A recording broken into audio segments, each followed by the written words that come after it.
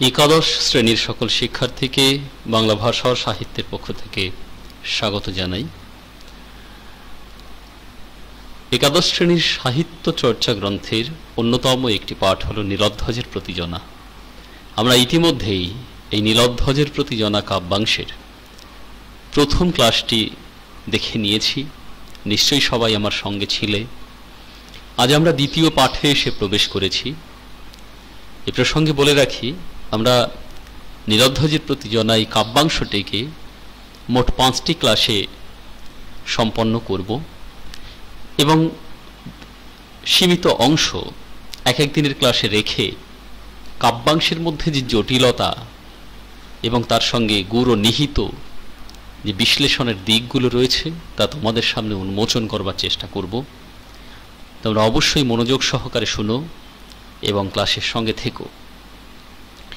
আমরা এই কাব্যাংশে প্রবেশ করবার পূর্বে আরেকবার মহাকবি ও তার সৃষ্টি সম্পর্কে আরেকটু জেনে নিই। যদিও ইতিমধ্যেই বলেছি, তবুও আরেকবার একটু মনে করে নিই। মাইকেল মধুসূদন দত্ত, যিনি 1824 খ্রিস্টাব্দে জন্মগ্রহণ করেছিলেন যশোর জেলার সাগরদাড়ি গ্রামে, বাংলা সাহিত্যের নবজাগরণ তার হাত ধরেই। তিনি বাংলা সাহিত্যে চিরায়ত প্রথা ভেঙে দিয়ে অমিত্রাক্ষর ছন্দ তার প্রবর্তন করেছিলেন। তার হাত ধরেই বাংলা সাহিত্য চটুলতা অতিক্রম করে শৈলিতাপূর্ণ নাটক এবং প্রহসন পেয়েছিল। পাশাপাশি তার হাতেই বাংলা সাহিত্যের এক অসাধারণ সৃষ্টি, সেই মহাকাব্য যা রচিত হয়েছিল, যে মহাকাব্যের আবেদন অন্যতম রূপ পেয়েছিল। তৎকালীন সময়ে, আমি প্রাসঙ্গিকভাবে এর আগের ক্লাসে বলেছি, তৎকালীন সময়ে প্রত্যেক সাহিত্য প্রেমীদের হাতে কিন্তু মেঘনাদবধ কাব্য ঘুরত। যদিও বাংলা সাহিত্যের নাটক দিয়ে তার সাহিত্য রচনা শুরু হয়েছিল। পৌরাণিক নাটক হিসেবে তার নাটকের মধ্যে আমরা দেখি শর্মিষ্ঠা, পদ্মাবতী এবং কৃষ্ণকুমারী। এছাড়াও রূপক নাটক হিসেবে মায়াকানন এই নাটকটির কথা আমরা মনে করতে পারি। বাংলা সাহিত্যের মহাকবি উপমা অলঙ্কারের অসাধারণ প্রয়োগ করেছিলেন মেঘনাদবধ কাব্যে। 1861 সালে যা রচিত হয়েছিল, প্রেসিডেন্সি কলেজ থেকে প্রকাশ পেয়েছিল। তৎকালীন সময় নাম ছিল হিন্দু কলেজ। এই বাংলা সাহিত্যের মহাকবি তার প্রথম ইংরেজি কাব্য রচনা করেছিলেন দ্য ক্যাপটিভ লেডি এবং ভিশন অব দ্য পাস্ট নামে দুটি ইংরেজি কাব্য। আখ্যান কাব্যের মধ্যে তিলোত্তমা সম্ভব, মহাকাব্যের মধ্যে মেঘনাদবধ, গীতিকাব্যের মধ্যে প্রজাঙ্গনা এবং পত্রকাব্যের মধ্যে বীরাঙ্গনা, যে পত্রকাব্যের 11তম পত্রটি আমাদের পাঠ্যের অন্তর্গত। সনেট হিসেবে আমরা দেখতে পাই চতুর্দশপদী কবিতাবলী। এবার আমরা আর প্রহসনের সঙ্গে তার সঙ্গে আরেকটু সংযোগ করি। প্রহসন হিসেবে আমরা দেখতে পাই একেই কি বলে সভ্যতা এবং বুড়ো শালিকের ঘাড়ের রোগ। আমরা এবার বীরাঙ্গনা কাব্য সম্পর্কে কয়েকটি কথা এই প্রসঙ্গে জেনে নিই। বীরাঙ্গনা কাব্যটি প্রকাশ পেয়েছিল 1861 খ্রিস্টাব্দে। এটি একটি পত্রকাব্য। পত্রকাব্যের অর্থ কি? পত্র আকারে রচিত কাব্য, যে কাব্যের মধ্যে নায়িকাগণ তাদের মনের দুঃখ বেদনার কথা তাদের সেই মানুষটিকে উদ্দেশ্য করে জানানোর চেষ্টা করেছে, যে মানুষটিকে জানানোর ইচ্ছে তাদের মনের মধ্যে জেগে উঠেছে। এই প্রসঙ্গে আমি অনেক কথাই বলেছি প্রথম ক্লাসে, নিশ্চয়ই সবাই শুনেছ। মোট 11টি পত্র আছে এই কাব্যে। রোমান কবি ওভিদের দ্য হিরোইডস কাব্য অবলম্বনে এই কাব্যটি কিন্তু রচিত। কাব্যের প্রায় সকল নারী চরিত্র ট্র্যাজিক নারী চরিত্র, কিন্তু বাঙালি নারী চরিত্রের মতো তাদের ট্র্যাজেডি থাকলেও উদ্দেশ্য একটাই কবির, যে তাদের আগামী দিনে অর্থাৎ নবযুগের পূর্ণায়ত নারী চরিত্র রূপে তৈরি করে নেওয়া। আর সেই জন্যই কবি কি করেছেন, তার নারী চরিত্রগুলিকে বীরাঙ্গনা নারী চরিত্র হিসেবে তুলে ধরবার চেষ্টা করেছেন, শক্তিতে, সৌন্দর্যে, ঐশ্বর্যে এবং মাধুর্যে। এই জায়গাটা আমাদের কিন্তু বুঝে নিতে হবে। অর্থাৎ আমরা এই নীলধ্বজের প্রতি জনা কাব্যাংশের মধ্যে জনা চরিত্রটিকে যেমন ভাবে পাচ্ছি, মহাভারতের প্রান্তরে কিন্তু তেমনটি ছিল না। আসলে কবি তাহলে এমন তো করে রচনা করলেন কেন জনা চরিত্রটিকে? তার উত্তরে এ কথা আসে, তিনি চেয়েছেন জনার মতো প্রত্যেক বাঙালি নারী চরিত্র যেন শক্তিতে, সৌন্দর্যে, ঐশ্বর্যে, মাধুর্যে নিজেদের বীরাঙ্গনা করে তুলতে পারেন এই কাব্যের প্রভাবে।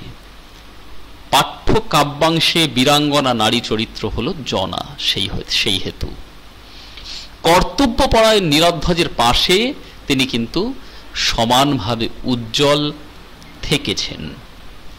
পাঠ্যের কাব্যাংশটি আরেকবার সংযোগ করলাম, একাদশতম কাব্যপত্র। এবার আমরা সরাসরি কাব্যাংশে চলে আসি। একাদশ সর্গ বীরাঙ্গনা কাব্যের, যেখানে আমরা প্রথম অংশে দেখতে পেয়েছি মাহেশ্বরী পুরীর যুবরাজ প্রবীর অশ্বমেধ যজ্ঞাস্য ধরিলে পার্থ তাহাকে রণে নিহত করে। পার্থকে অর্জুনের আরেক নাম।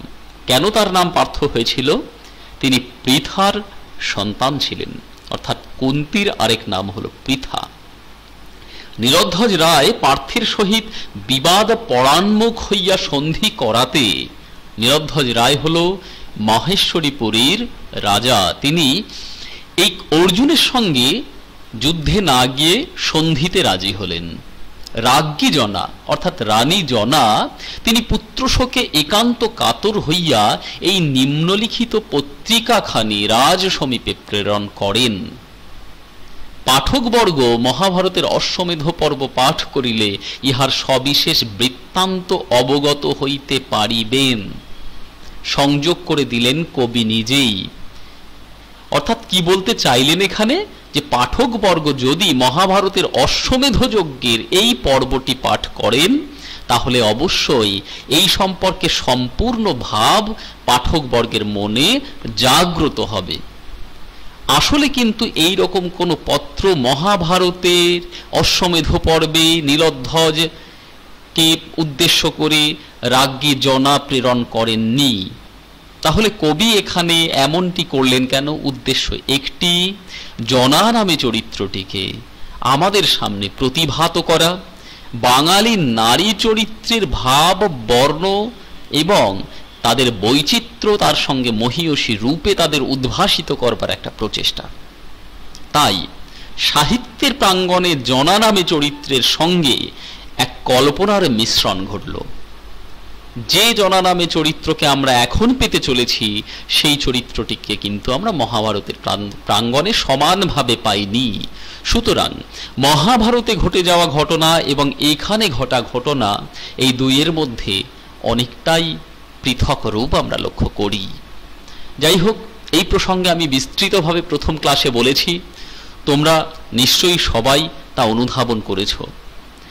আজ আমরা কাব্যাংশের পরের অংশে আসি। বাজিছে রাজতোরণের রণবাদ্য আজি।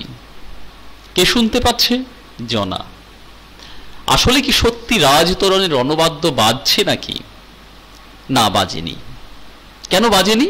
কারণ অর্জুনের সঙ্গে সরাসরি যুদ্ধে না গিয়ে, আমি কাব্যাংশের কথা বলছি, মহাভারতের কথা নয়, কাব্যাংশে যেমনভাবে কবি উল্লেখ করেছেন তাই বলছি।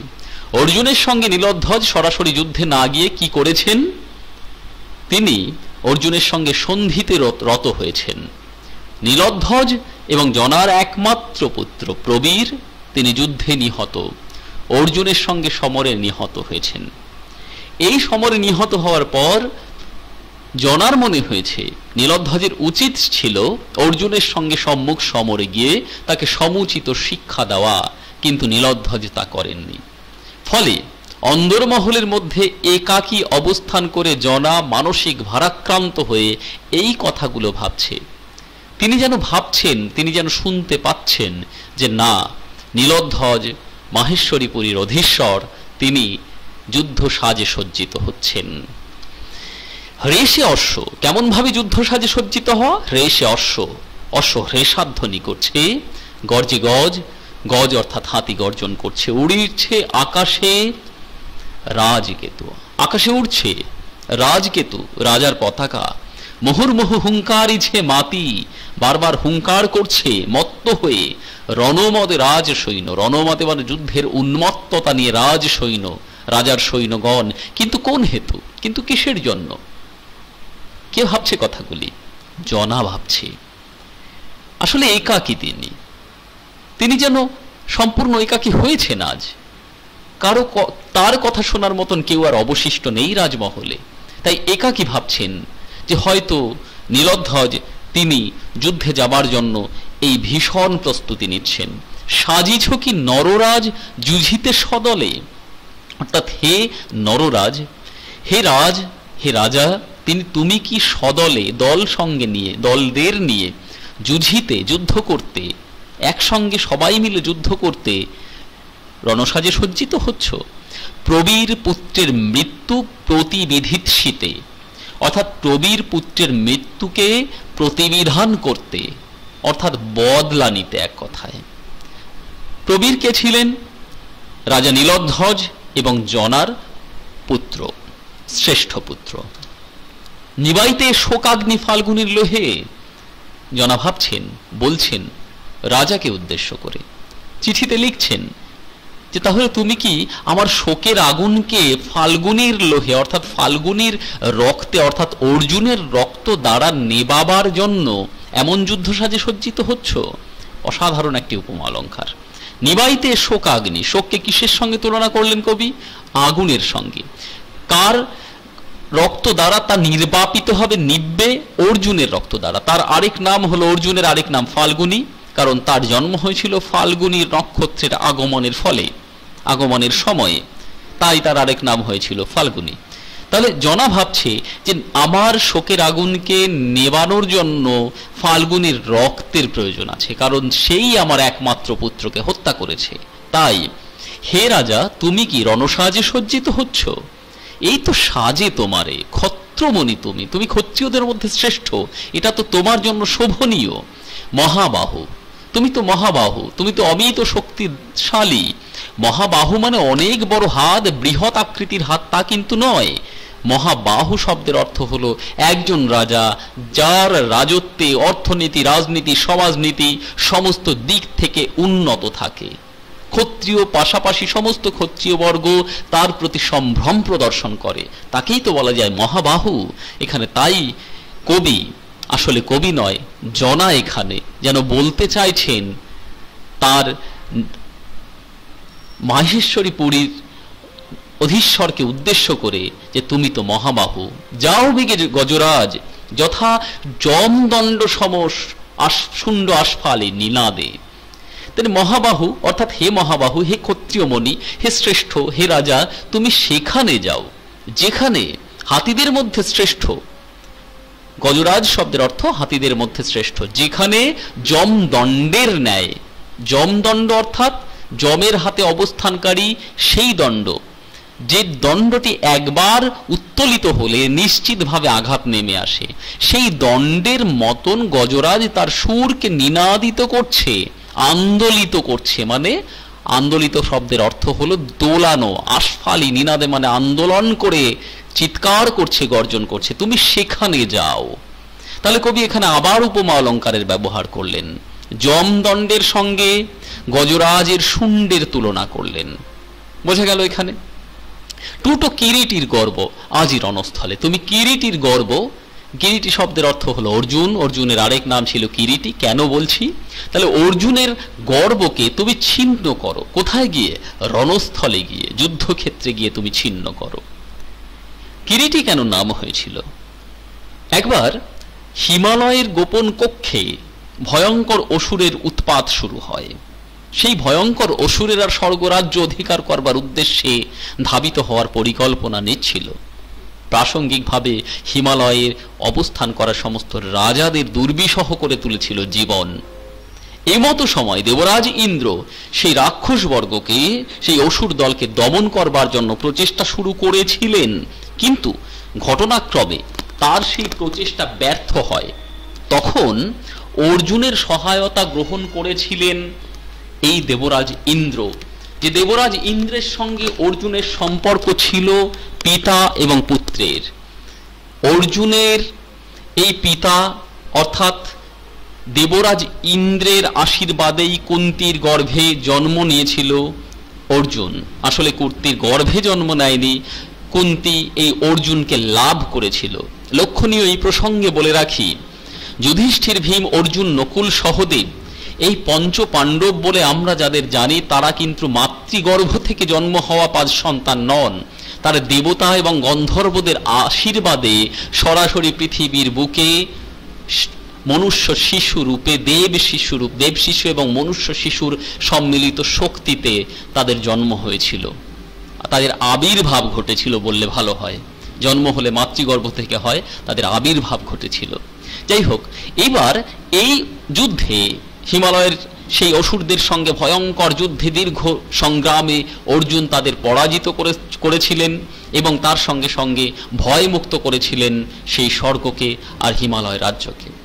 তখন দেবরাজ ইন্দ্র অর্জুনকে এক সুউচ্চ কিরীটি অর্থাৎ হলো মুকুট, মস্তিষ্কে যেটা ধারণ করা হতো সেই মুকুট সুউচ্চ চূড়ার ন্যায় তা প্রদান করেছিলেন, যা বহু রত্ন খচিত, মূল্যবান রত্ন খচিত। এই কারণে অর্জুনের আরেক নাম হয়েছিল কিরীটি। জনা বলছেন কাকে উদ্দেশ্য করে? নীলধ্বজকে, যে তুমি যাও যুদ্ধক্ষেত্রে গিয়ে, রণস্থলে গিয়ে এই কিরীটির অহংকারকে চূর্ণ করো। গর্ব শব্দের অর্থ অহংবোধ, অহংকারকে চূর্ণ করো। টুটো শব্দের অর্থ চূর্ণ করো। হলো, এরপরে আমরা আসি। এরপরে কি দেখতে পাচ্ছি? খণ্ডমুণ্ড আনো, তার আনো শূলদণ্ড শিরে, অর্থাৎ তার মস্তিষ্ক ছিন্ন করে কেটে নে, তারপর তুমি নিয়ে এসো, আমি তাকে দেখতে চাই। অন্যায় সমরে মূঢ় নাশিল বালকে। অন্যায় যুদ্ধে, সমর শব্দের অর্থ যুদ্ধে, মূঢ় শব্দের অর্থ মূর্খ। কাকে উদ্দেশ্য করে বলা? অর্জুনকে। নাশিল বালকে, নাশ করল বালক প্রবীরকে। এই প্রসঙ্গে বলে রাখি, আমাদের বালক বললে প্রবীরকে ভুল হবে। মহাভারতের কোথাও প্রবীর নামক এই চরিত্রটিকে বালক রূপে দেখানো হয়নি, আমি প্রথম পাঠে আলোচনা করে দিয়েছি। সুতরাং প্রবীর কিন্তু বালক নয়, যদিও জনার দৃষ্টিতে সে বালক। সমস্ত পিতা এবং মাতার দৃষ্টিতে তার সন্তান বালকই থাকেন, তারা সাবালক হন না কখনোই। তাই জনা এখানে সেই উদ্দেশ্যেই বললেন যে অন্যায় যুদ্ধে এই মূর্খ অর্জুন সে আমার বালককে নাশ করেছে। তাই এখানে আমরা বালক বলে ভুল করব না কখনো প্রবীরকে। বালক মায়ের কাছে সন্তান বালক। কেমন? নাশ মহেশ্বাস তারে ভুলিবই জ্বালা, এ বিষম জ্বালা দেব ভুলিব সত্তরে। মানে হে মহেশ্বাস, হে মহাধনুর্ধর, নীলধ্বজকে উদ্দেশ্য করে বলছেন যে তুমি তাকে নাশ করো, ধ্বংস করো, হত্যা করো। আমি এই যন্ত্রণা ভুলতে চাই, যে যন্ত্রণা নিশিদিন আমার হৃদয়ের মধ্যে বিষম যন্ত্রণা হয়ে দেখা দিয়েছে। অর্থাৎ আমার সন্তানের হত্যাকারী আমার রাজ্যেই অবস্থান করছে, আমার সন্তানকে হত্যা করেছে বলে এক অদ্ভুত বিষম যন্ত্রণা আমার মনের মধ্যে প্রতিক্ষণ ঘুরপাক খাচ্ছে। সেই যন্ত্রণাকে আমি ভুলতে চাই। এই বিষম জ্বালা দেব ভুলিব সত্তরে। এই ভয়ঙ্কর যন্ত্রণাকে হে দেব আমি সত্তরে তাড়াতাড়ি ভুলতে চাই। দেব বলে এখানে নীলধ্বজকে সম্বোধন করলেন। জন্মে মৃত্যু বিধাতার বিধি, এ বিধি জগতে। জন্ম এবং মৃত্যু বিধাতার এই বিধান, এটা আমার জানা আছে। জনা বলতে চাইছেন জীবন জন্ম এবং মৃত্যু এটা বিধাতার বিধান, আমরা সবাই জানি। ক্ষত্রকুল রত্ন পুত্র প্রবীর সুমতি।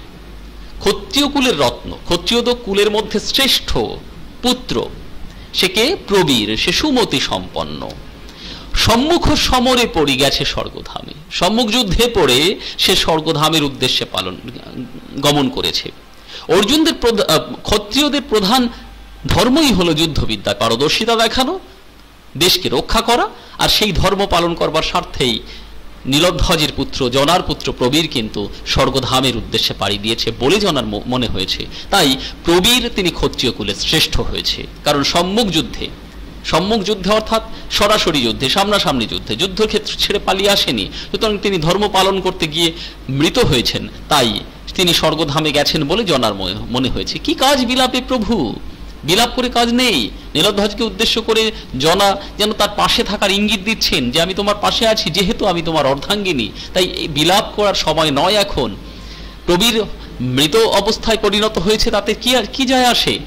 ক্ষত্রিয় ধর্ম পালন করতে হবে। তাই তুমি পাল আর মহিপাল, পাল মহিপাল হলো তৎকালীন সময় রাজাদের অনুগত রাজাগণ, মানে অর্থাৎ একজন প্রধান রাজা তার অধীনে তার অনুগত হয়ে অন্য যে সমস্ত রাজা বা বিভিন্ন অঙ্গের অঙ্গরাজ হিসেবে নিযুক্ত হতেন তাদের পাল মহিপাল বলা হতো। জনা বলছে নীলধ্বজকে উদ্দেশ্য করে, তুমি পাল মহিপালদের সঙ্গে নিয়ে ক্ষত্রিয় ধর্ম আর ক্ষত্রিয় কর্ম পালন করো। ক্ষত্রিয় ধর্ম, ক্ষত্রিয় কর্ম কি? ক্ষত্রিয় ধর্ম হলো সরাসরি যুদ্ধক্ষেত্রে শত্রুকে দমন করা, ক্ষত্রিয় কর্ম হলো দেশকে রক্ষা করা, বিপদ থেকে পালন করো। ভুজ বলে নিজের ক্ষমতায়, অর্থাৎ নীলধ্বজের ক্ষমতার প্রতি জনার সবিশেষ আস্থা আছে, আর সেই আস্থার উপরে নির্ভর করেই সরাসরি আমরা দেখতে পাচ্ছি জনা কিন্তু নীলধ্বজকে উদ্দেশ্য করে জানালেন তিনি যেন যুদ্ধক্ষেত্রে গিয়ে অর্জুনকে সমুচিত শিক্ষা দেয়, শাস্তি দেয়, কারণ অর্জুন গর্হিত নিন্দনীয় অপরাধ করেছে বলে জনার মনে হয়েছে। কিন্তু আমরা এখানে এই জায়গাটায় বুঝতে পারছি, আমি প্রথম অংশে বলেছিলাম যে অশ্বের গতিপথকে রুদ্ধ করেছিল।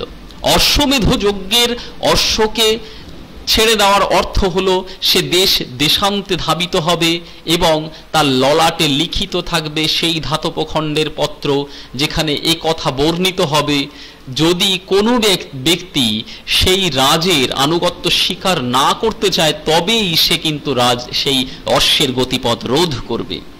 এ কথা জানা সত্ত্বেও প্রবীর তার স্ত্রীর অনুরোধে অশ্বের গতিপথ রুদ্ধ করে অশ্বের দেহ থেকে অলঙ্কার ছিনিয়ে নেওয়ার প্রচেষ্টা করে রাজপুরীতে নিয়ে যায়। যথেষ্ট বার তাকে নিষেধ করা সত্ত্বেও তিনি কিন্তু অশ্বের পথ উন্মুক্ত করেননি। এ সময়ে অর্জুন তাই বাধ্য হয়েছিলেন তার সঙ্গে যুদ্ধে আসতে। সুতরাং আমরা কিন্তু এখানে লক্ষ্য করি অর্জুন যেমন নিজের ধর্ম পালন করেছে, ঠিক তেমনি প্রবীরও নিজের ধর্মের অপব্যবহার খানিকটা হলেও করেছে বলে মনে হয়, কিন্তু মায়ের দৃষ্টিতে তা কখনোই প্রদর্শিত হয় না। তাই মায়ের কাছে বালক এই প্রবীর সে অন্যায় যুদ্ধে নাকি মারা গেছে সত্য আমরা অনুভব করলাম। আমি আবার বলি, নীলধ্বজের প্রতি জনা কাব্যাংশের মধ্য দিয়ে আসলে কবি মহাভারতের সমস্ত সেই ঘটনাগুলি যেগুলো আমাদের কাছে এখনো অন্ধকারে নিমজ্জিত হয়ে আছে, সেই অন্ধকারে নিমজ্জিত ঘটনাগুলির সত্যতাকে উন্মোচিত করতে চেয়েছেন। সুতরাং আমরা সত্য উন্মোচনের প্রচেষ্টা অবশ্যই করব এবং নিশ্চয়ই প্রতি মুহূর্তেই, প্রতি কোণে কোণে, প্রতি বাঁকে বাঁকে আমরা বিশ্লেষণের মধ্য দিয়ে সত্যকে উপলব্ধি করব। আমরা এই অংশটুকু দেখলাম। এই অংশের মধ্যে যে প্রশ্নগুলো হতে পারে বলে মনে হয় সেই প্রশ্নগুলোর প্রতি ইঙ্গিত প্রদর্শন করছি। এখন প্রথম প্রশ্ন হিসেবে দেখছি, নিবাইতে শোকাগ্নি ফাল্গুনির লোহে। ফাল্গুনি কে বলে দিয়েছি। কোন প্রসঙ্গে বক্তার এই উক্তি? বক্তা হলেন জনা। কোন প্রসঙ্গে উক্তি? একমাত্র পুত্র প্রবীরের মৃত্যুর কারণে তিনি মানসিক যন্ত্রণায় অধীর হয়েছে, তাই সেই মানসিক যন্ত্রণা থেকে মুক্তি প্রাপ্তির হেতু তিনি রাজা নীলধ্বজকে উদ্দেশ্য করে এ হেন উক্তি প্রদান করেছেন, যে উক্তিতে তিনি বলতে চাইছেন, প্রকাশ করতে চাইছেন অর্জুনের রক্ত দ্বারা তিনি মনের মধ্যে জ্বলতে থাকা ভয়ঙ্কর শোকের আগুনকে নির্বাপিত করতে চান। আসলে উদ্ধৃত উক্তির মধ্য দিয়ে তার এক ভয়ঙ্কর প্রতিহিংসা পরায়ণতামূলক মনোভাব এবং তার সঙ্গে সঙ্গে প্রতিবিধানের ভাবনা তা কিন্তু প্রদর্শিত হয়েছে। আমি এখানে বললাম প্রতিহিংসা পরায়ণমূলক মনোভাব। তার কারণ হিসেবে আমি কি বলতে চাইলাম, আমি সমস্ত কাব্যাংশ শেষ হলে বিশ্লেষণ করব যখন রাজা নীলধ্বজ এবং রানী জনা এই দুজনের মধ্যে কে আসলে প্রকৃত দায়িত্ব পালন করেছে, তখন তোমরা বুঝতে সমর্থ হবে। আপাতত ওই শব্দটুকু সন্দেহের মধ্যেই থাক তোমাদের মনে। দ্বিতীয় প্রশ্ন, টুটো কিরিটির গর্ব আজি রণস্থলে। কিরিটিকে বলে দিয়েছি, কেন তার নাম কিরিটি হয়েছিল লিখো, চেষ্টা করো। কোন প্রসঙ্গে কথা বলা হয়েছে? একই রকম ভাবে উত্তর হবে। অর্থাৎ প্রবীর পুত্রের মৃত্যুর প্রতিবিধানের স্বার্থে জনা চাইছেন নীলধ্বজ যেন যুদ্ধক্ষেত্রে গিয়ে কিরিটিকে হত্যা করে এবং তার মাধ্যমেই এই সমস্ত অপরাধের, অর্জুনের সমস্ত অপরাধের শাস্তি প্রদান করে। তৃতীয় প্রশ্ন হিসেবে, ভুলিব এ জ্বালা, এ বিষম জ্বালা দেব ভুলিব সত্তরে। কার উক্তি? জনার উক্তি। নিশ্চয়ই বুঝতে পারছ তিনি কেনই বা এমন উক্তি করেছেন। কেন উক্তি করেছেন? কারণ তিনি চাইছেন, কি চাইছেন? চাইছেন অর্জুনের রক্তে নিজের মনের মধ্যে জ্বলতে থাকা ভয়ঙ্কর যন্ত্রণার আগুনকে নির্বাপিত করতে। আর তাই সেই বিষম জ্বালাকে ভুলে থাকার জন্য, ভুলবার কারণে তিনি তার মহেশ্বাস, তিনি তার নরপতি, তিনি মাহেশ্বরীপুরীর অধীশ্বর নীলধ্বজ রায়কে উদ্দেশ্য করে বলছেন তিনি যেন সকল সেনাদের সঙ্গে নিয়ে রণক্ষেত্রে গমন করেন। আমরা এই 4টি প্রশ্ন ধারাবাহিকভাবে দেখে নিলাম, এগুলো তোমরা উত্তর লেখার চেষ্টা করো, আর এর পরের ক্লাসের জন্য অপেক্ষা করো। কোথাও যদি সমস্যা হয় অবশ্যই কমেন্ট বক্সে লিখতে ভুলো না, অবশ্যই উত্তর দেব। সকলকে ধন্যবাদ। এভাবেই ক্লাসের সঙ্গে জুড়ে থাকো। বাংলা ভাষা ও সাহিত্য এভাবেই আমাদের সবার প্রচেষ্টায় সুন্দর হয়ে উঠুক।